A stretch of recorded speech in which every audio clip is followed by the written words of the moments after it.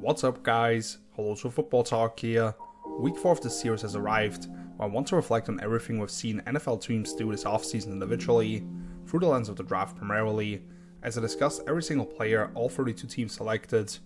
As always, we'll quickly break down the skill sets of these guys coming out of college, how they project to the next level, next we shift to what teams currently have on the roster, and then how these two sides match.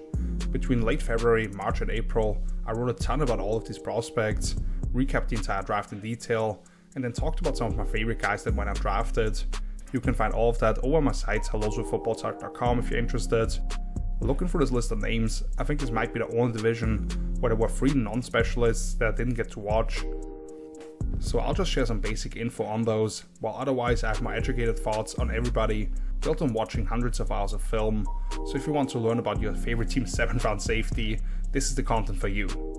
Just quickly before we dive in, if you enjoyed the analysis, please make sure to let me know by hitting the thumbs up button, and if this is your first time here, subscribe for all other content, including the remaining 7 divisions, which I'll finish up with the NFC West on Friday. Let's now get things started with the Arizona Cardinals,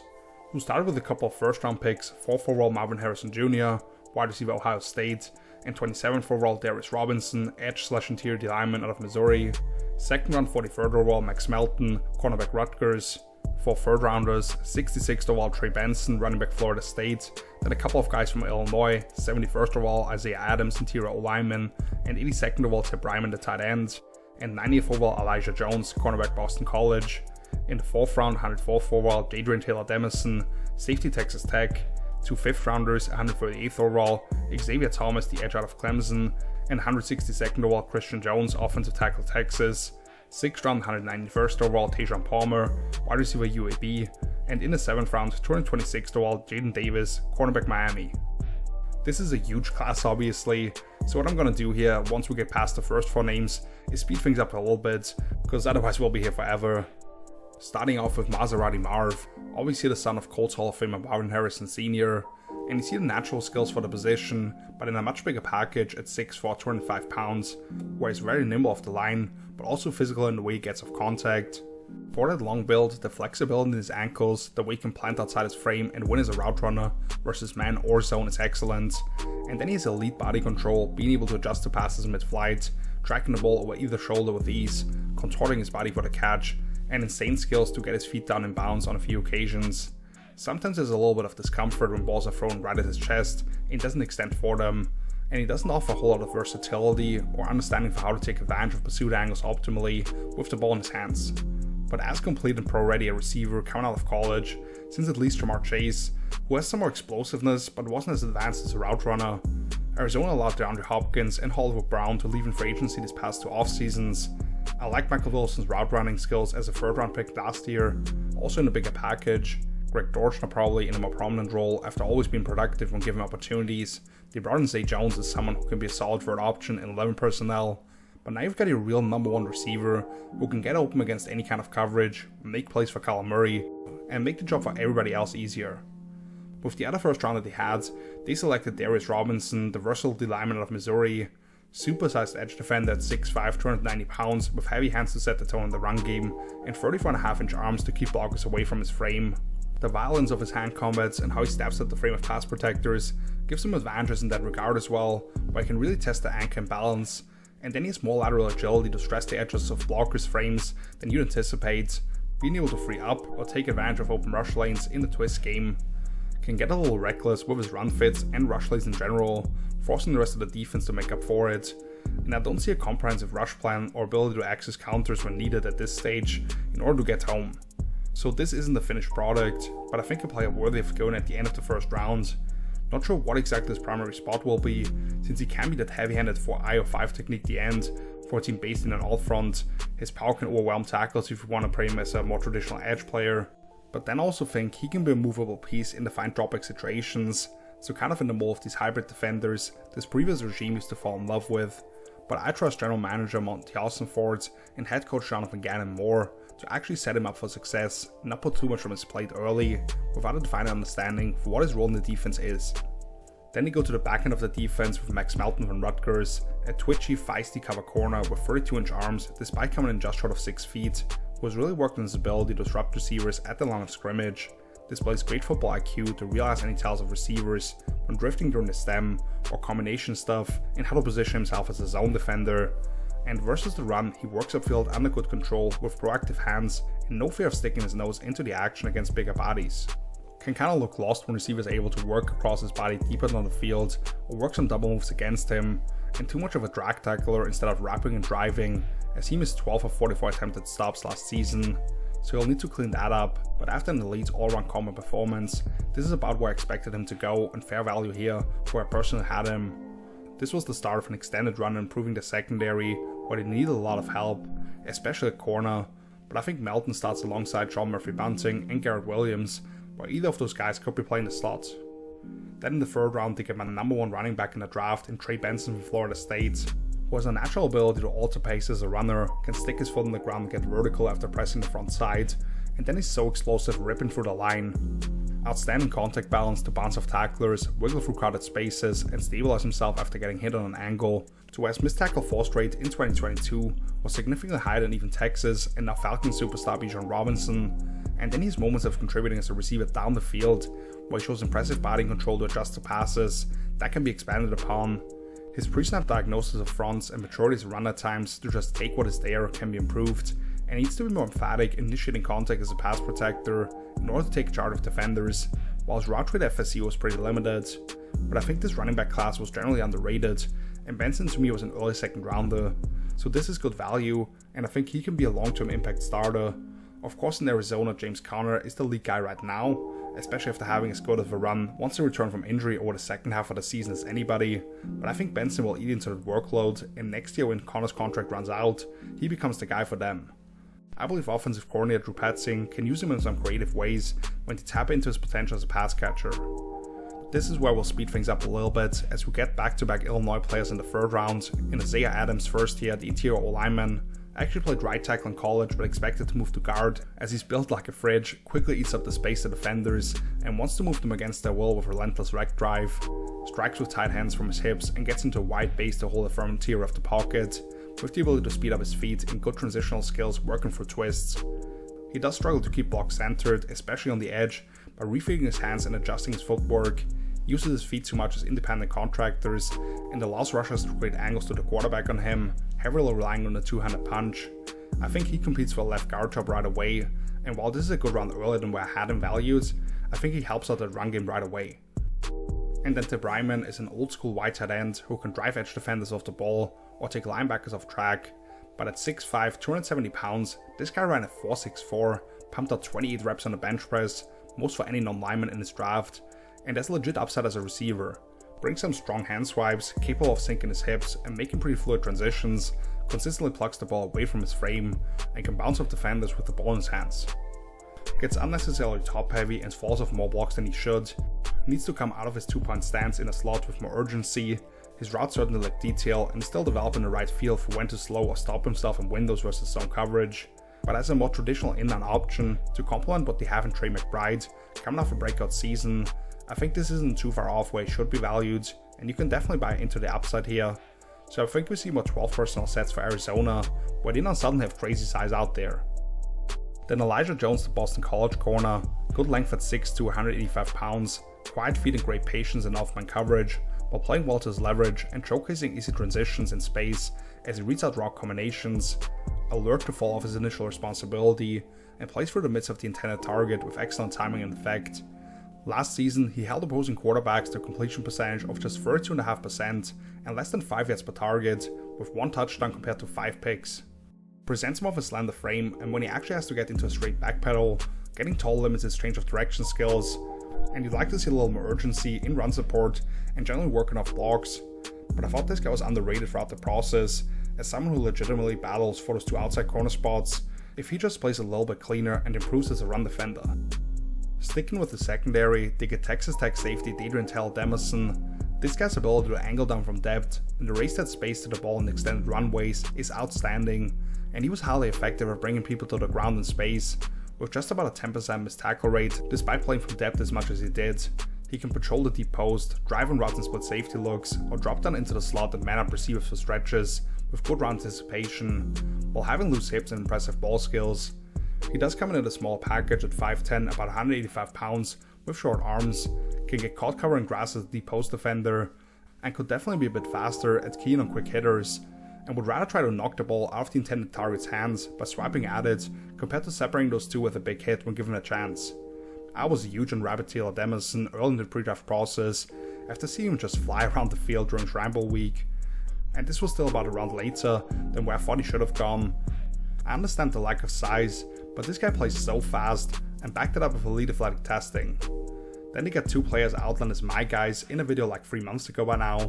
which first up is Xavier Thomas, the edge of Clemson, 6'2", 250 pounds, with good thickness throughout his frame, consistently plays with extension and sets a firm edge in the run game, fights through holes and chases hard after the ball, to where he's even run down guys 15-20 yards down the field regularly. While as a pass rusher, he offers an explosive get-off, times up his hands extremely well, and corners his rushers efficiently. He can soften the arc for himself by jabbing inside initially and just keeps working the hands. He is a 6th-year senior, however, who was held back by injuries and a lack of development in the middle of his career after flashing as a true freshman. His ability to deconstruct blocks and playing with one arm being longer than two, actually making plays in the run game, can still get better, and sub 32-inch arms isn't optimal for his ability to defeat the tackle's outside hand. But I thought anywhere on day 3, this guy could be a legit impact rusher for a team that needs guys that can truly win one-on-one, and I think he may play 3 to 400 snaps as a rookie already. Similar thing on the opposite side of the ball with Texas tackle Christian Jones. This was a 48-game starter for the Longhorns. Loved the leg drive and finishing mindset in the run game, where he can turn defensive linemen or blow linebackers off the landmarks, opening up some big cutback lanes. And as a pass protector, he's very fundamentally sound, timing up his strikes, staking that with his lower body, transferring information with how rushers are approaching him, and sorting out different games. He was outstanding during Senior Bowl week, by the way. I think he lacks the kind of quick twitch reactionary skills to adjust his assignments in the run game on the fly. I wouldn't utilize him on long pulls or ask him to gather in space a whole lot, and he has a tendency of leaning into and hugging rushes too much late in the down. But I had a third round grade on Jones, so getting him this late as his swing tackle, who I'm not worried at all if he has to step in for a few games, that is just tremendous.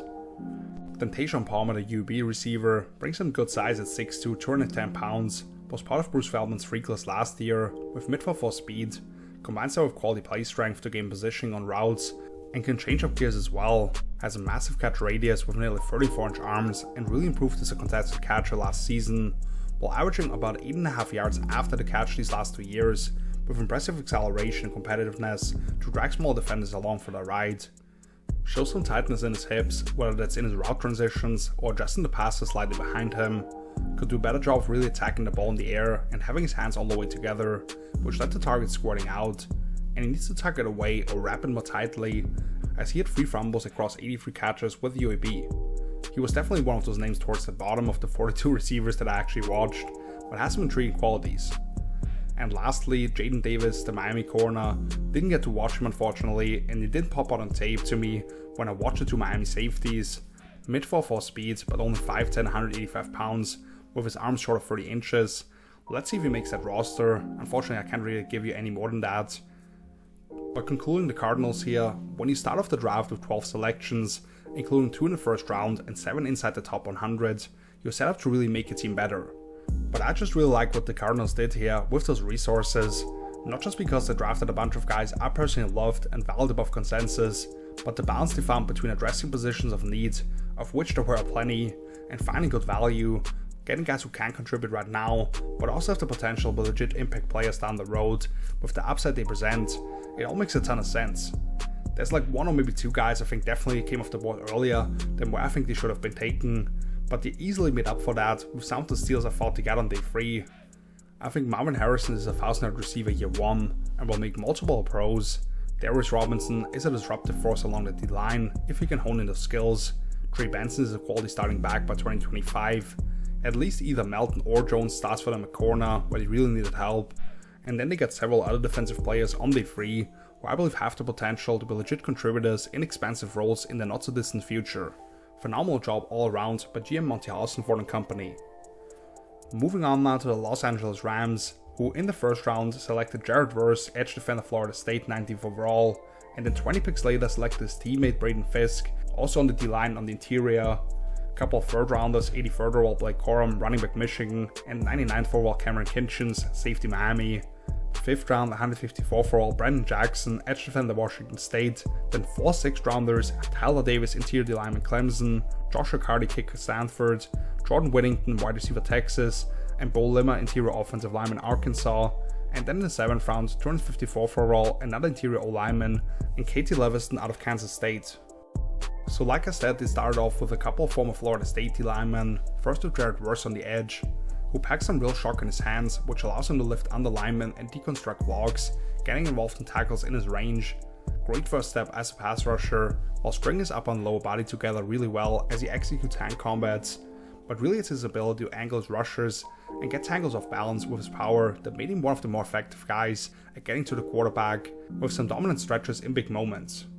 He has room to improve as a tackler, too often leaving his feet and slipping off the ball carrier,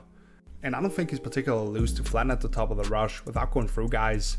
I thought Verse was in the tier at the top with UCLA's Latu Latu and Alabama's Dallas Turner as the 3 best edge rushers in the class, even if he was first for me. I had this match in my mock draft as well, and I think he's an impact starter for them right off the bat.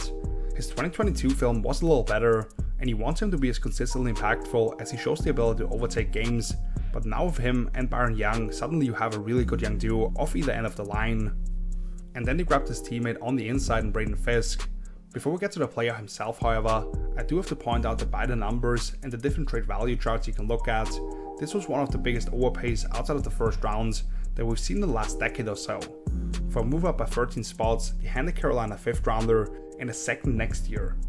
Now the rest of the story is pretty awesome, reuniting his 2 former Seminoles, who started their collegiate careers at much smaller programs, and then Verse actually drove to the Rams facility to get on the phone with Fisk the next day, as those two got to share a special moment with tears in the eyes. For Fisk, he's a true worker bee on the defensive interior, who is a pest for any team facing him. His ability to explode off the ball was right up there with the best in the class, with Texas's Byron Murphy, and he brings a great motor to where he routinely disrupted the offensive backfield. As a pass rusher, he packs a rapid swim move, sometimes cross-facing guards with it. He packs a nice spin as a counter, but then also takes guys backwards when they set him too softly.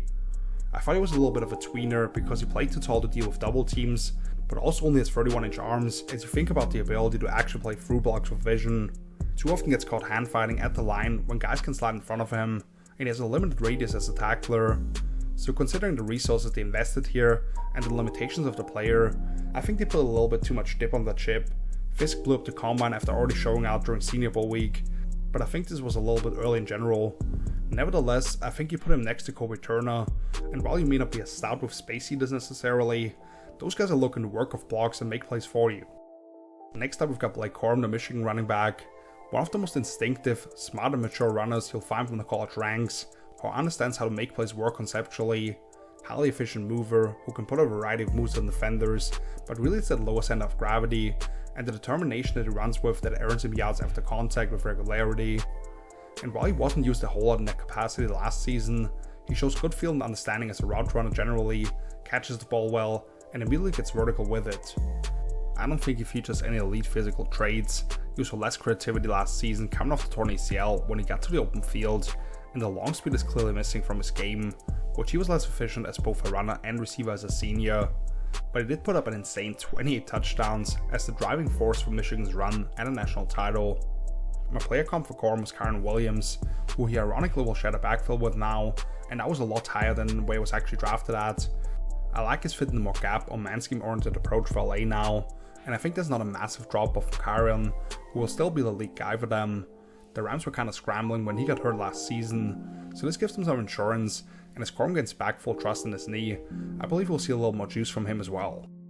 The other third rounder, Cam Kinchins from Miami, super productive safety, who intercepted 11 passes over the last 2 years combined, as someone who has that playmaking gene, taking the right angles once the ball is put in the air and attacking it at its apex. Does well to ID route stems and anticipate breaks in off-man assignments, where he can match up with tight ends at times.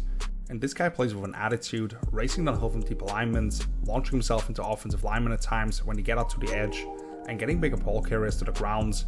You do see him gamble on some plays, and unfortunately didn't test as well as you'd like to see from an explosiveness perspective, including running a 4.65,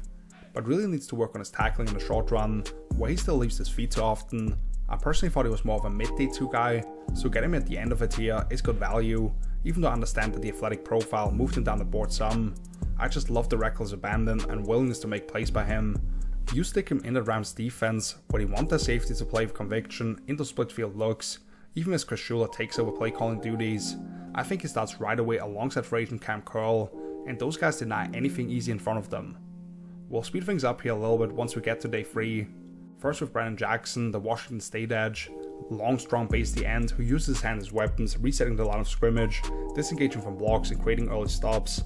Combines great length and force in his hands to condense the edge with the long armor bull rush, and has a good understanding for how to take advantage of poor weight distribution by pass protectors, being able to open up pass towards the quarterback.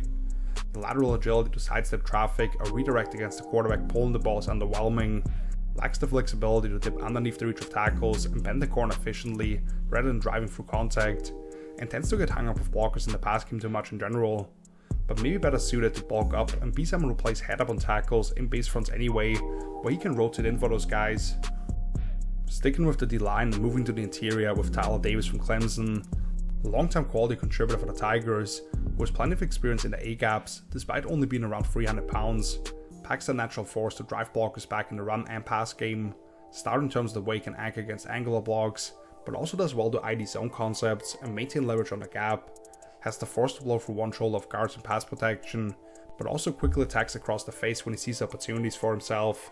Not a gap winner in an attacking style front, to great disruption against the run. I thought he might be looked at as a nose tackle only based on the athletic traits, but having only 31.5 inch arms isn't optimal for that, and just doesn't give you a whole lot of pop or quick twitch ability in the pass game.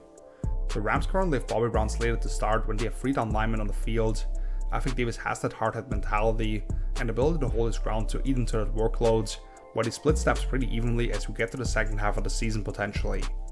Stanford kicker Josh Riccardi, as always out on scout specialists, the middle of the 3 kickers selected within 10 picks here towards the end of the 6th round. Not a great start at Stanford necessarily, but he did hit 91% of his field goals over the past 2 seasons, and only missed 1 of 73 career PATs. Neither Brett Maher nor Luke Haversick performed up to where they needed them to, so now they have 2 young, cheap specialists with Cardi and punter Ethan Evans from last year for the foreseeable future. Cool. Jordan Whittington, the Texas wide receiver, makes a lot more sense now that they traded Ben Skowronek to the Texans. He can be the new power slot, who they also bring inside to the formation, work on inside blocks when they run duo and stuff like that. Dirty worker who catches the ball in traffic, fights out after the catch, and keeps the chains moving when called upon. Was a constant part of the injury report throughout his career at Texas, however, lacks top tier explosiveness or deep speed to really scare the defense, and for someone mainly operating inside, I didn't love how he set up his option routes at times, but was pretty productive and healthy his final 2 seasons at Austin, and I can see a specific role for him if he contributes on special teams like he did for the Longhorns. Couple more interior linemen, starting with Bo Lim from Arkansas, who has great grip strength and ability to roll his hips for contact, love his angles and ability to wall off bodies on the second level, pretty advanced with his techniques as a patient pass protector, but once again the balance and ability to lock up defenders can really shine, and he put together a really strong combine workout, including the best vertical jump on the interior line and 39 reps on the bench press to lead everybody. Not particularly explosive out of his stance and much better on zone blocking rather than trying to create vertical displacement, and he tends to get his weight shifted too far onto his toes in pass pro occasionally, where rushers are able to pull him off themselves. Got run over a few times by Texas' massive D-tackle T'Vondre Sweat during Senior Bowl practices, but continued to battle, and I really liked his tape, to where I had him ranked over some interior guys when in the 3rd round, so tremendous value at the end of the 6th here. And he doubled down with KT Leviston from Kansas State, who replaced Cowboys 3rd round pick Cooper Beebe at left tackle once he made the move to guard, and that's what Leviston will ultimately do as well, I believe, as he becomes a pro. Thick build with a nasty mindset at 6'4", 330 pounds, at his best when he can just fire off the ball and displace defenders in the run game without much of a runway. Times his strike and pass pro initially, but then active with the way he's looking to refit his hands if he gets them knocked down, while his long reach helps out his base if he can't quite follow long countering moves. He does have fairly heavy feet, and I wouldn't expect him to be able to execute legit scoop blocks, for example, or be someone you want to task with long pulls. He carries his hands super low in pass pro, which exposes his chest, and he can feel a little segmented at times in his movements, but as a late round flyer who fits within the mindset you're trying to build upon, he makes more sense actually than Limmer here, even if I have a much higher grade than that guy. So I really like what the Rams did here from the third round onwards, beefing up the trenches on both sides of the ball, getting basically a copy of your Pro Bowl running back as an insurance policy, a starting safety with great ball hawking skills and urgency to his game. I just really didn't love how much they invested with Fisk early in the second round. I get that they lost an all-timer in Aaron Donald, and this guy kinda reminds you of him, but you're obviously setting unrealistic expectations if he's supposed to have anything close to that impact. It's pretty much a first round pick looking at what you gave up for him. I do believe both the Florida State guys start and will be impact players up front for them, so I won't bang them too much here for it. I actually put a bet down on Cam Kinchens at 100 to 1 for Defensive Rookie of the Year because I really like how those safeties will be allowed to play forwards and the playmaking skills that he brings to the table. A young cheap kicker, a dirty work receiver and special teamer, along with my bodies in the trenches on both sides of the ball. If they didn't give away a second rounder from next year here basically, I'd be pretty fine with what they did here, but that's definitely on my mind as I think about the whole class. Let's now move on to the team that actually has been the class of the division, however, for the last couple of years, the San Francisco 49ers, who in the first round, 31st overall, selected Ricky Pearsall, wide receiver Florida, second round 64th overall, Ronaldo Green, cornerback Florida State, third round 86th overall, Dominic Pooney, offensive tackle / interior lineman Kansas, then 3 4th rounders, 124th overall, Malik Mustafa, safety Wake Forest, 5 picks later, Isaac Guerrero, running back Louisville, and 6 picks after that, Jacob Cowing, wide receiver Arizona, in the 6th round, 215th overall, Jared Kingston, interior O-lineman at USC, and in the 7th round, 251st overall, Tatum Bethune, linebacker Florida State. Starting with Slick Rick at the top here, who brings easy acceleration off the line, not losing speed as he bends or glides through cuts, with that final gear to take the top off the defense, can definitely stick his foot on the ground to create separation at the break point, or sell double moves, and he has high football IQ to find green grass versus zone or on secondary routes. And then he has those highlight reel acrobatic grabs, elevating for passes at challenging angles, but he's also consistent with making the routine catches. He does have more of a slender build, which brings up questions about how he'll be able to handle being on the ball more potentially, and he lacks the pop in his hands or strength in his lower body to be a plus blocker right now. So that's something that isn't necessarily the greatest match for Kyle Shanahan offense, but he's the type of route running savant that Kyle just loves. We'll get to another receiver they brought in later, as that room is starting to look a little bit crowded,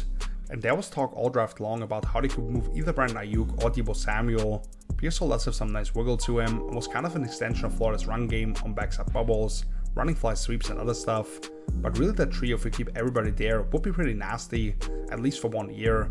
They love Teron Jennings as the number 3, but Pearsall adds a vertical dimension they don't quite have at a consistent basis outside of Ayuk. Then they get someone to cover the new receiver with a corner from the state of Florida and Ronaldo Green from FSU. Long pesky corner who uses well-timed strikes to bother guys at the line and sticks to them with light feet and loose hips. Stays true to his landmarks when he was asked to play zone, but positioned himself to make plays on other routes in his vicinity, while playing in the receiver's pocket very effectively.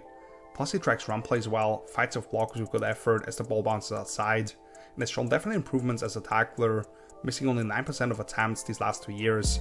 Similarly to Pearsall, he's built a little lighter, and at 6'2", guys are able to get into his chest or post with back shoulder throws down the field. He's kind of content with playing through the receiver's hands instead of trying to locate the ball, and will have to adjust his style of play a little bit to avoid penalties. But what I love about this kid are his smarts for the position, and if he gets beat once, he understands how to adapt. You'd like to see him maybe bulk up a little bit, and he's not the biggest physical specimen generally, but his tape and the numbers as a pressman corner last season was up there with the very best. Just watch the LSU game to start the season. That's where it'll get interesting, because the Niners still run cover 2, 3 and 4 at an above average rate compared to true man assignments, and they have the guy in Javarius Ward who is in isolated situations on the backside more so, but with the addition of Brandon Staley to go along with elevating Nick Sorensen in-house to DC, maybe we see those guys lean even more into match principles. Either way, I think the rookie starts outside week 1.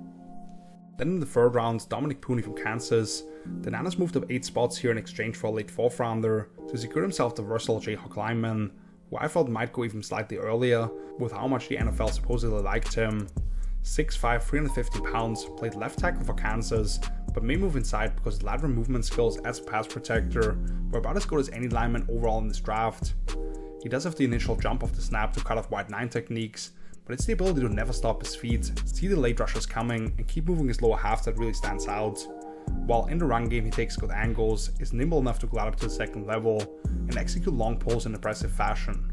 He doesn't offer overwhelming power to create vertical displacement in the run game, and he doesn't take full charge of defenders to where they can't ultimately join the pile, while playing very tall in pass pro, which could lead to issues when interior rushers really get under his chest. So I think this is someone that they brought in at appropriate value and gives them options to get the best 5 out there. He'll most likely end up starting at right guard, but he'll also give Colton McKivitz at right tackle a shot for his money, since they did bring back veteran Sean Feliciano to stick inside for them. Either way, they should be getting better as a unit. Malik Mustafa from Wake Forest is a rocked up physical safety at 5'10", 210 pounds, who can be a legit +1 in the box with the mindset of a linebacker, but you love his ability to shoot downhill from depth and create quick stops. Considering that, the ability to cover ground as a deep middle safety at times, read the eyes of the quarterback and high point the ball definitely stands out. And then he can sort for mesh concepts or jam tight ends at the line to throw off the timing when asked to play man coverage. He can get his eyes trapped in the backfield at times and only his 30-inch arms, limiting his ability to actually see the ball for blocks, and he's a lot better at being able to attack forward in coverage without the cleanest transitions and redirection skills. Aiden Mustafa is my number 8 safety and just inside my top 100 overall prospects. Whether you want to run 2 high looks, drop him down into the box, or match him up with bigger bodies, there's a lot of utility you can find here, and he's a badass run defender. San Francisco brought back veteran George Odom on a 1+1 deal to go with Talanoa Hufanga coming back from a torn ACL, and Jair Brown looking pretty good when he got extended run in the latter half of his rookie season. But I think Mustafa gets rotated in at least quite a bit, and he has a legit shot at taking over that starting job next to Hufanga at some point as a rookie, which would be a pretty scary duo if they allow those guys to play downhill. Let's speed things up here a little bit with Isaac Guerendo, the Louisville running back. The Niners exchanged 2 late 5th rounders for the selection, which the Jets came out of with another running back I actually had a couple of spots higher in my running back rankings in South Dakota State's Isaiah Davis,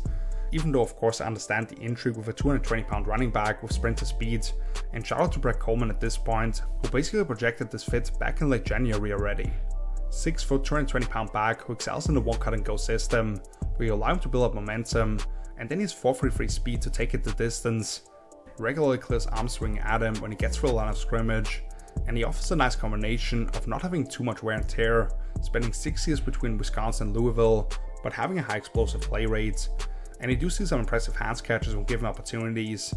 I don't think he always played up to his size in condensed space. He doesn't diligently press the front side and set up lanes for himself, relies heavily on his speed when he gets to one-on-ones on the perimeter,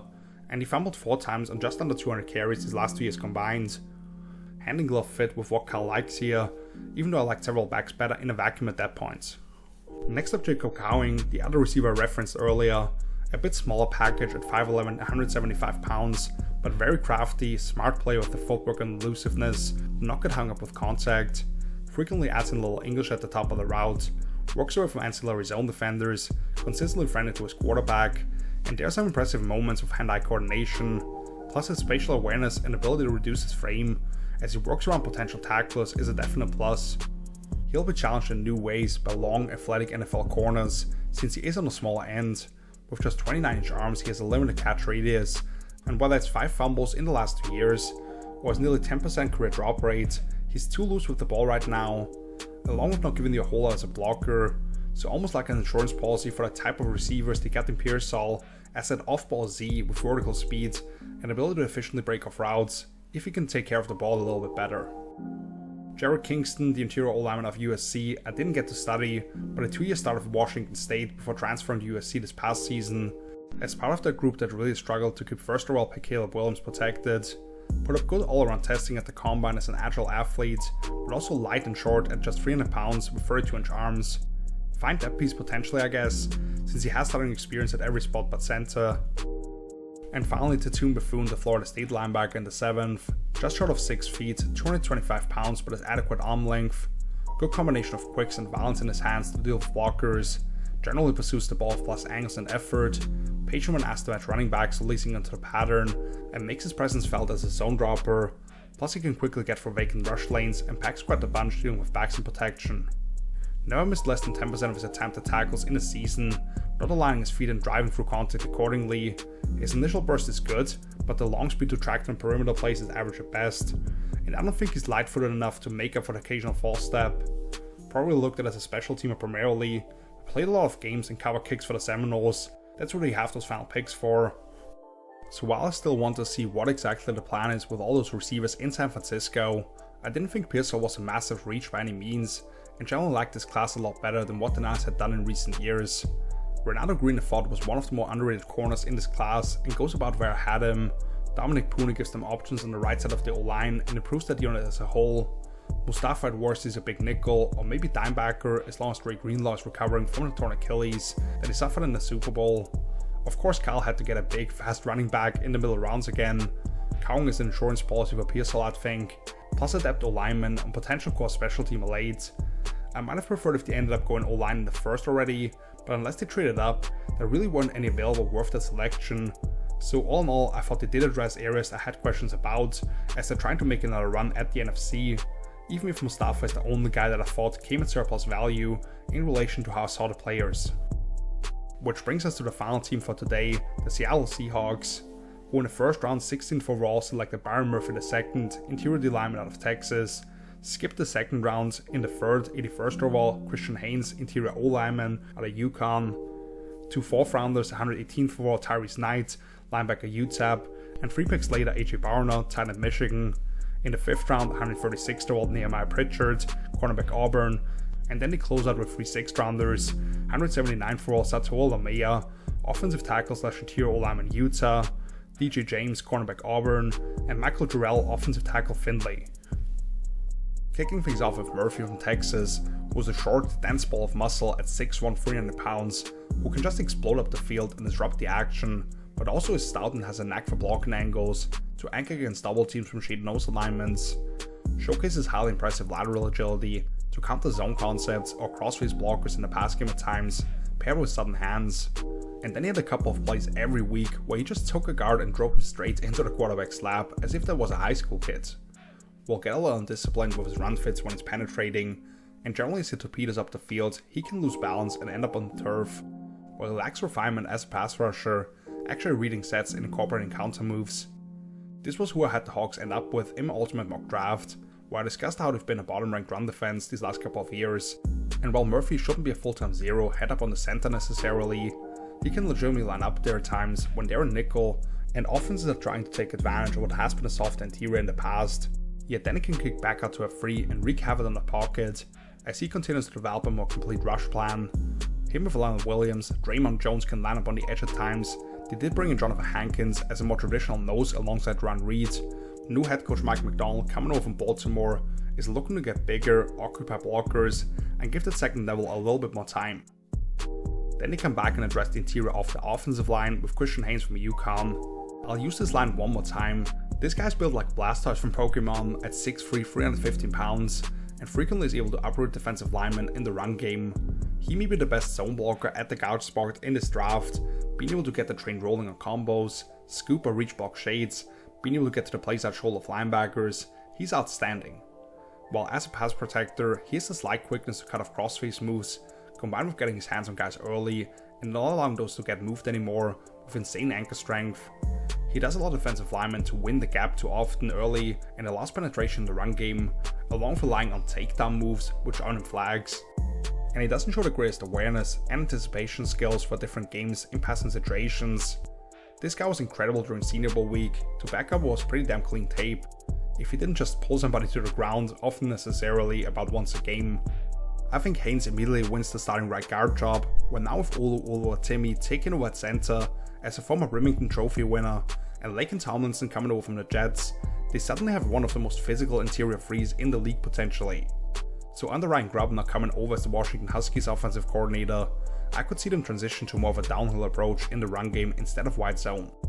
6 guys from day 3, all kind of easy to describe I believe, with Tyrese Knight here first, the linebacker from UTEP, 6'2", 240-pound missile flying around the field, who packs plenty of force in his hands to punch the chests of linemen, but can also shoot through gaps and just smack running backs in the hole.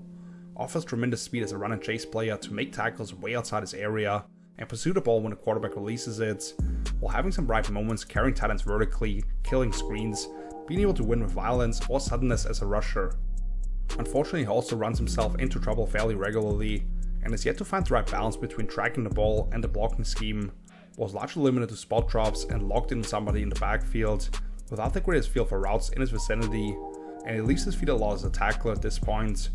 So this was definitely a little early for me, even though I understand the intrigue with this type of player.